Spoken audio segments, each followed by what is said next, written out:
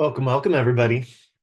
Hope everyone has had an amazing week, and welcome to CommunityFIT, and in particular, another Adjusting to Change Toolkit, our ACT program class. For today, you're probably going to want to have with you, much like yesterday, Bob's here for the dopamine hit. Hey, Bob. Um, Much like last week, you're probably going to want some sort of pen, paper, note-taking thing. This class is going to particularly run a lot like last week. We're going to run over some reviews. We're going to get our nervous system regulated. We're going to talk about what that means for this week's session, which is all about finding support and connection going through change. So finding support and connection. And we're going to have a portion here where we're going to do some like connection mapping, meaning who who do you want to be with? Who do you need to be with during tough times? Who is supportive? Who rejuvenates you? Whether you are extroverted or introverted or somewhere in between that spectrum, like who and where and how do you need to be resourced and nurtured by other people? And when is solitude important? So that is where we're headed, but let's get there first. So again, if you're just joining us, you probably want some sort of like pin paper writing utensil available to you. Now, for those of you who are just joining us for the first time, welcome to the ACT program, and this is all about adjusting to change. We are now 4 weeks into it. Today is our fourth week. We started with mindfulness, we went into the toolkit, and then we went into rest. I have a question, and if you want to drop it into the chat, how did you find rest over the week? Like since last Friday and today, how did you find rest? Like what was the most important version of rest for you? Drop it in the chat and just, kind of do a little team building activity here. How did you find rest? I'm going to share a story. Last weekend, and again, we went over a lot of different versions of rest.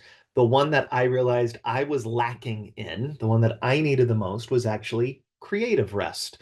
So last week, great. We had sleep, we had attended church, wonderful. Last Sunday, I took myself to church. My church was the art museum.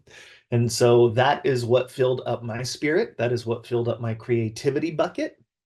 And trouble waking up during the night, so I took naps. Wonderful. Yup. Hot tub and just enjoyed the jets. Craft room. Yup.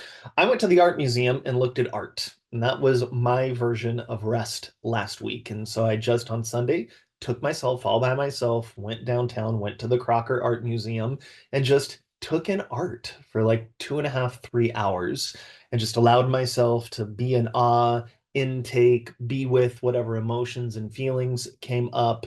And so that for me was what I did. Thank you for sharing all yours and just, to think about what other versions of rest are we needing and are we getting? Some of us it's physical rest.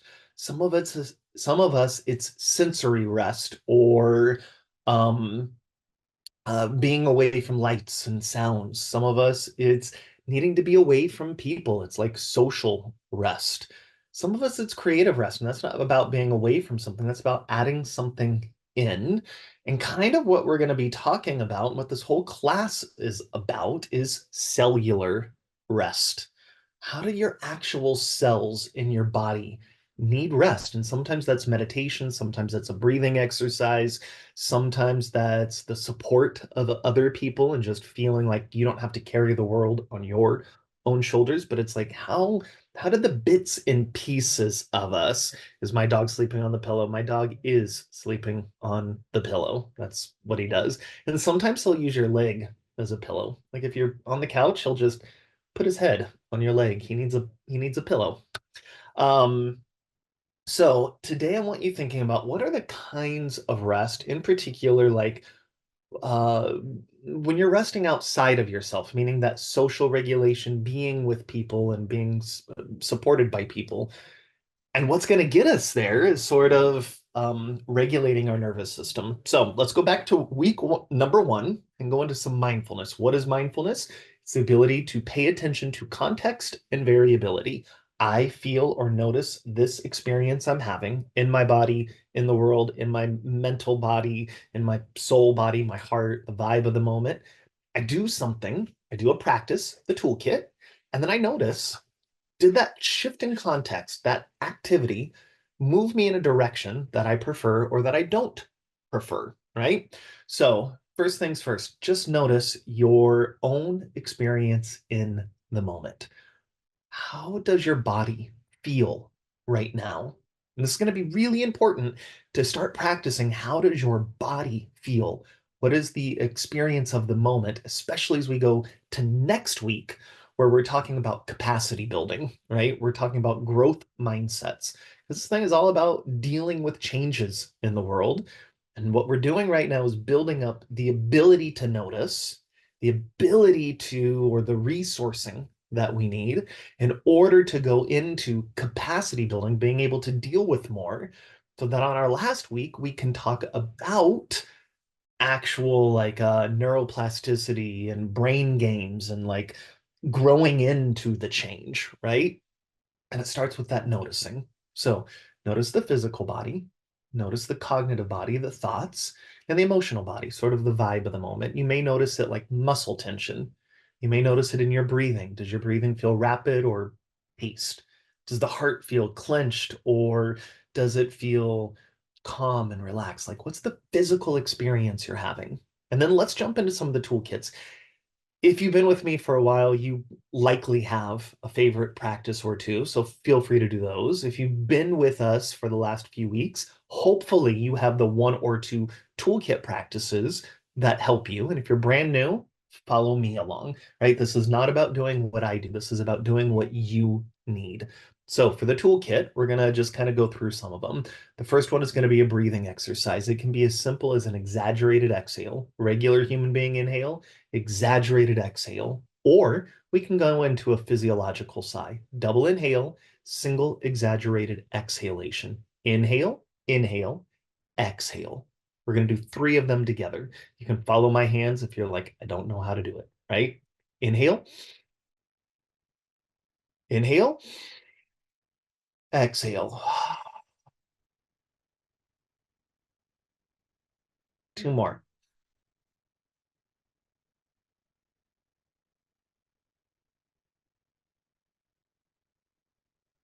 One more.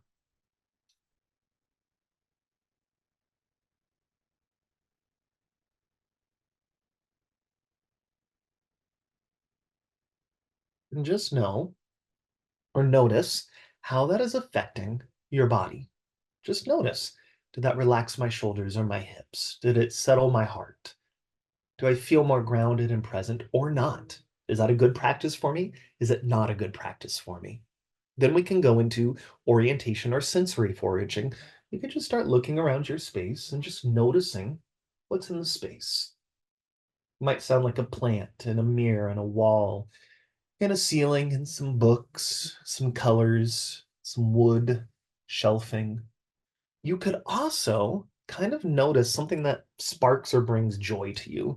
For me, I always keep a few like little artifacts around here. Like there's some art that a friend gave me and a photo of family and one of my a photo of a favorite vacation and some favorite books. And I can just kind of look at what's in front of me and it's like all good feelings. It's all things that ground me and activate like thumbs up moments in my nervous system. So, is there something in your space, a color, a photo, a dog, a human, that gives your nervous system a thumbs up moment? And maybe just let your eyes rest on that and just kind of notice how that thing, that artifact makes you feel, whatever that is. Or continue to look around your space.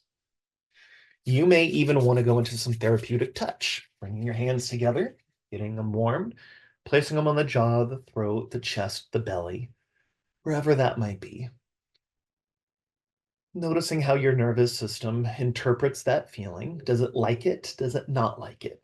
By now, we've done three different buckets of categories, right? We did a breath, we did an orientation, we did a touch. Which one does your nervous system respond best to? Maybe do more of that.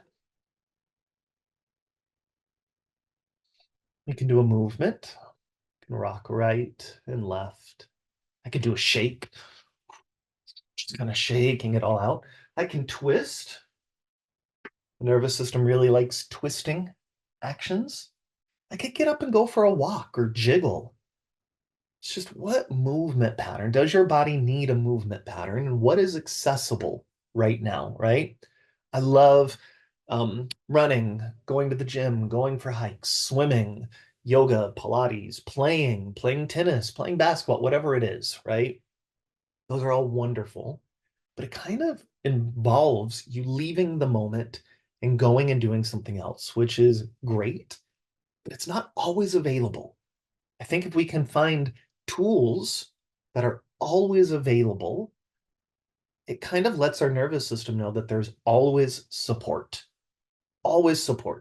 even in those big change moments where it doesn't feel like there's a lot of support. Now, the last one is vocalizations. It can be a sigh, it can be a hum.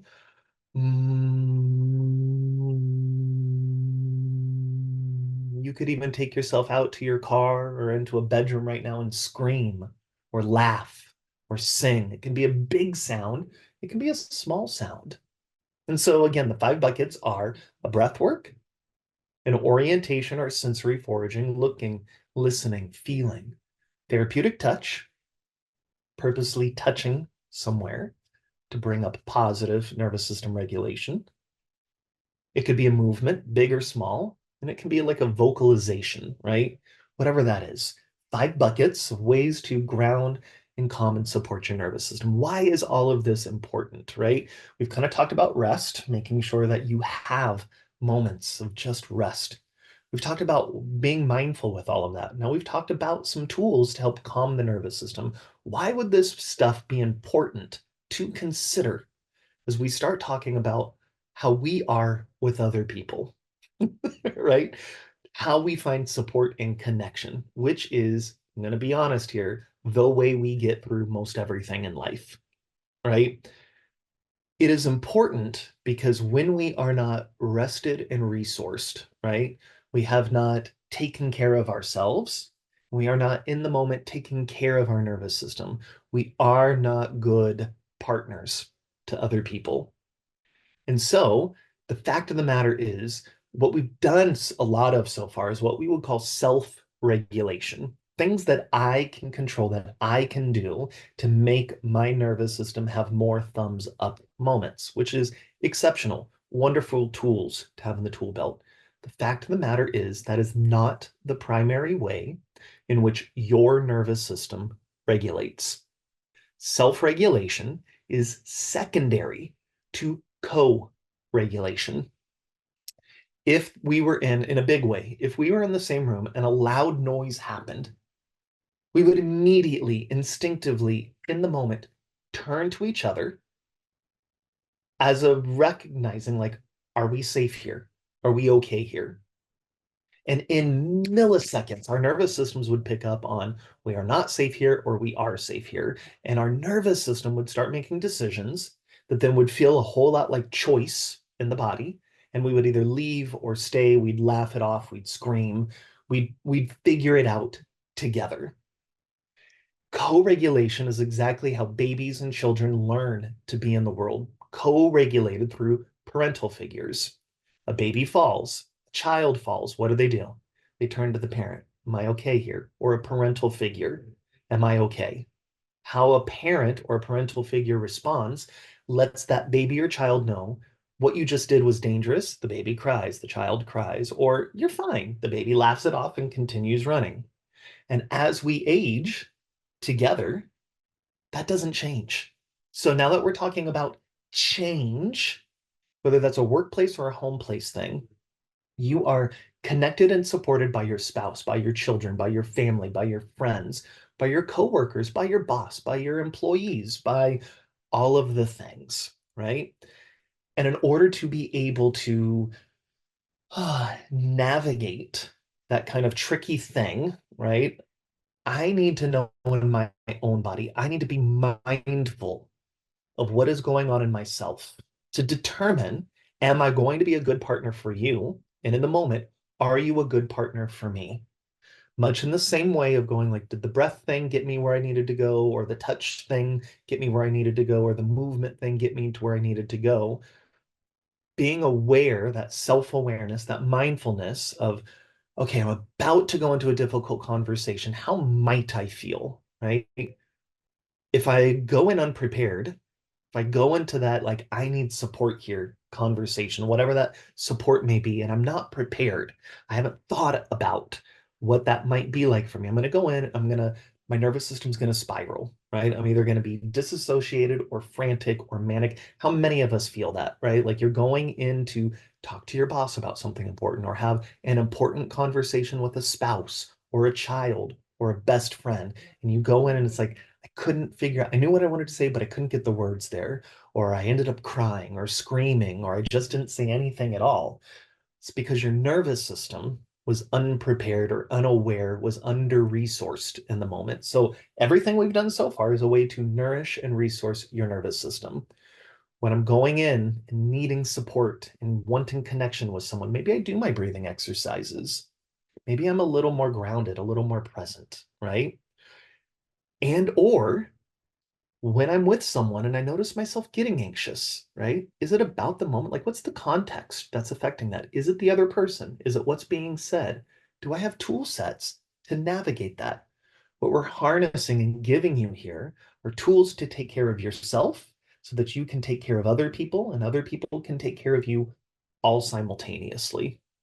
So, thinking about right now, who is someone in your life that is uh let's even set the context back a little bit. Most of us are familiar with the term being triggered, right? This person triggers me, means it sets me off. I'm unable to be myself around that person or this environment or the project I'm on or the news or that presidential candidate triggers me, right? And I notice it because I'm unable to be myself, right? I get more angry, I get more sad, I get more disassociated. You're very familiar with the feeling of being triggered. The opposite side of that is what we would call being glimmered or having a glimmer moment. And this was coined by Dr. Deb Dana, a licensed clinical social worker. And it's the opposite of being triggered. And we know this feeling as well. Your best friend, when they walk into the room, gives you a glimmer moment.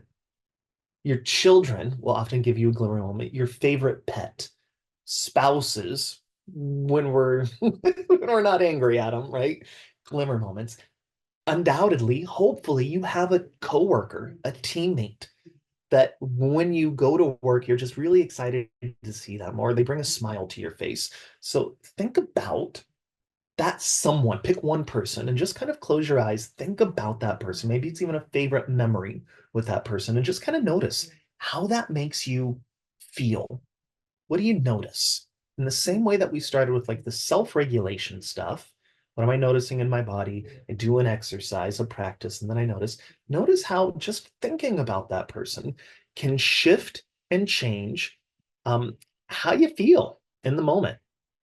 Now, if you're just joining us, I had asked that you bring with you or have available a piece of paper, something to take notes with. Because here's what we're going to start to look at, right?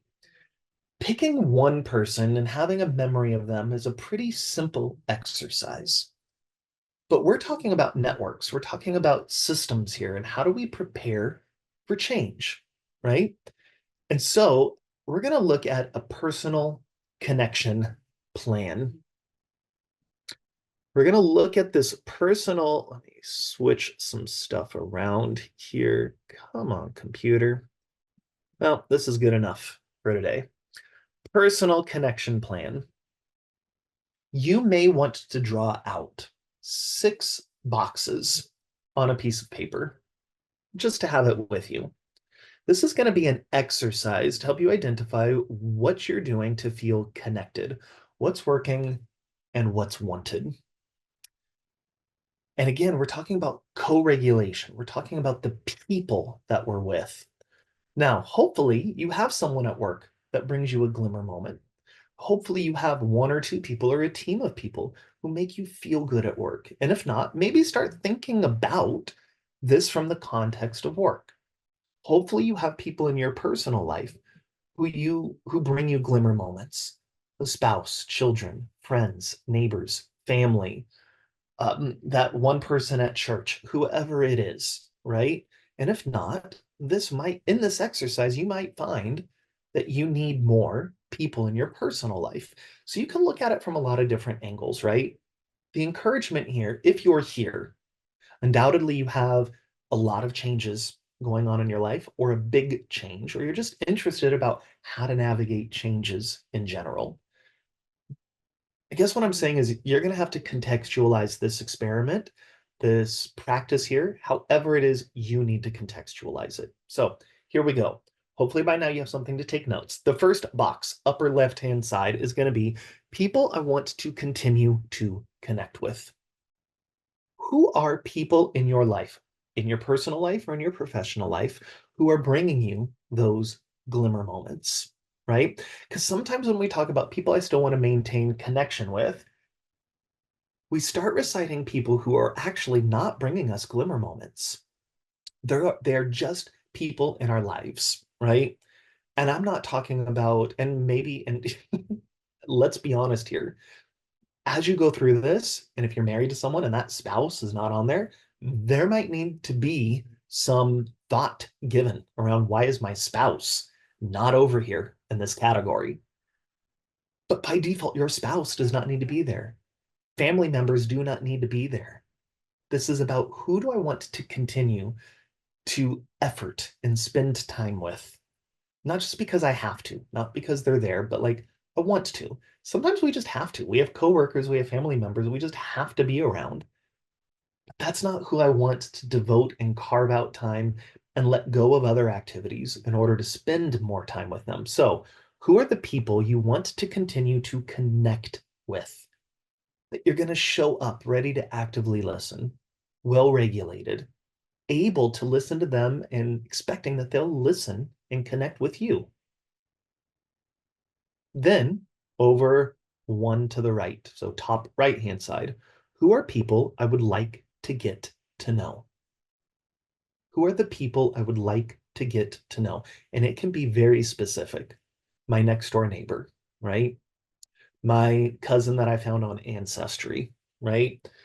uh so and so that sits two cubicles over. It could be that specific, or could be a little more general.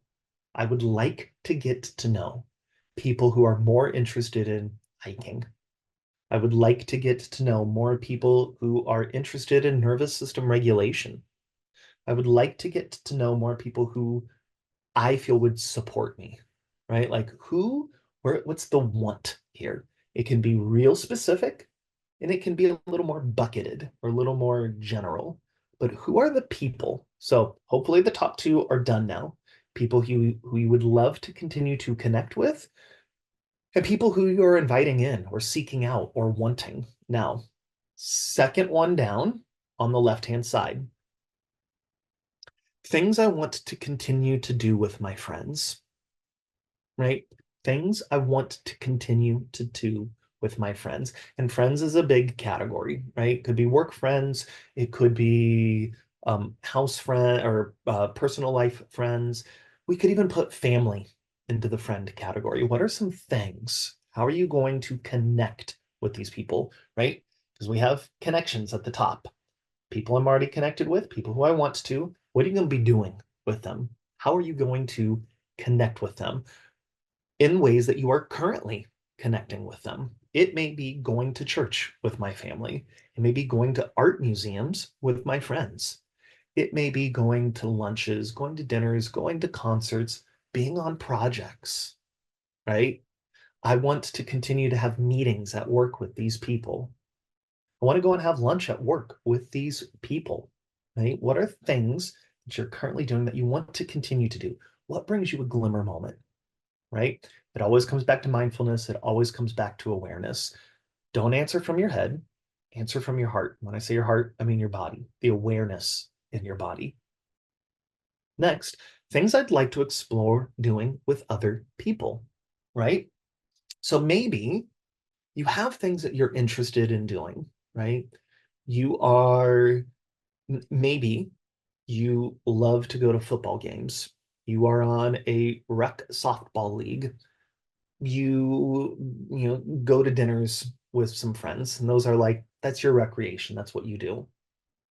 But you really want to get into art, right? Or you really want to get into sailing or kayaking or speaking a new language or whatever it is, right? You have an interest and there is no one around you that currently wants that same thing. What are new things you'd like to explore doing with others?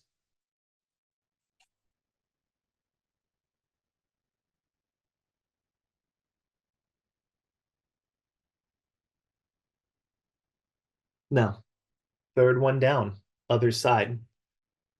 Things I want to keep doing to connect to my own experience. What are some things that you would like to do to just connect to your own experience? Maybe it's spending more time with people. Maybe it's doing something, um, maybe it's going to the art museum by yourself, right? Some things you're currently doing that maybe you just do by yourself. Maybe it's traveling by yourself. Maybe it's going to dinners by yourself. Maybe it's uh, doing puzzles or going road trip. Like, I don't know whatever it is, right? Whatever it is, something you already do by yourself that you enjoy doing by yourself. What do you want to keep doing by yourself?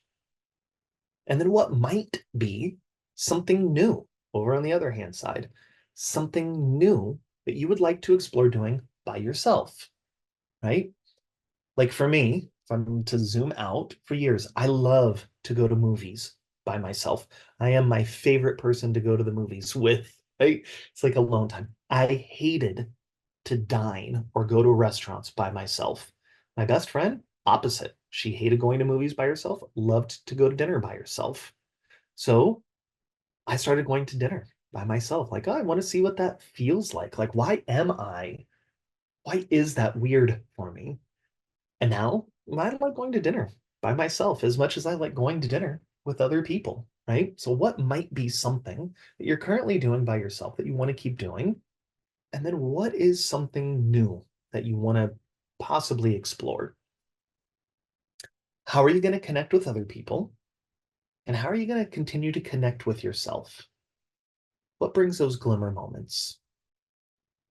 Maybe you answered this from a personal connection or a professional connection. Maybe it's by myself.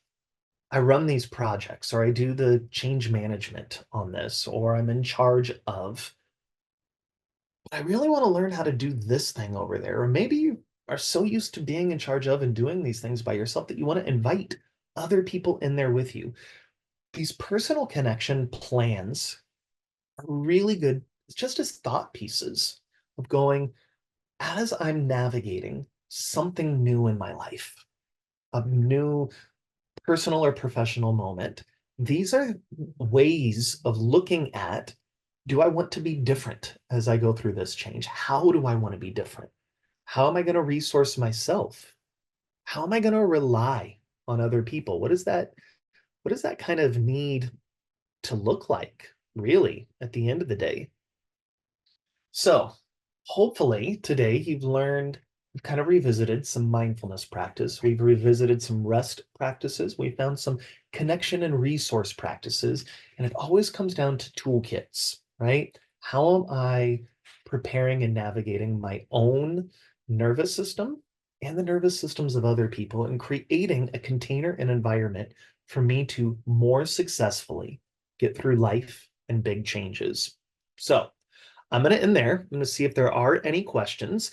Please continue to think about and consider what was difficult for you, what was easy for you, and practice, practice, practice, practice, practice. Specifically, some of the toolkit and the mindfulness stuff. And it's going to be pivotal for next week when we start talking about growth mindsets and capacity building, which is sort of the point of it all, right? What we've done so far is like, how do I just get through this?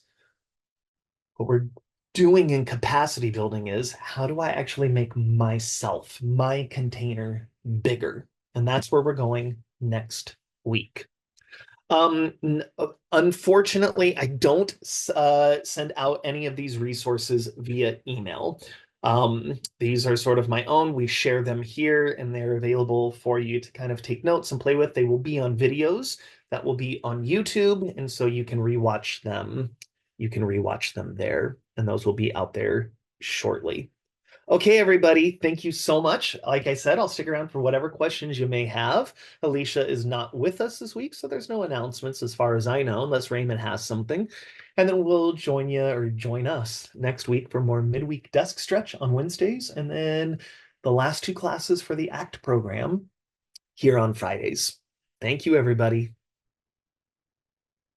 You're welcome. I'm glad the personal connection plan. Yeah, sometimes it's those simple things and just like a different way of looking at it.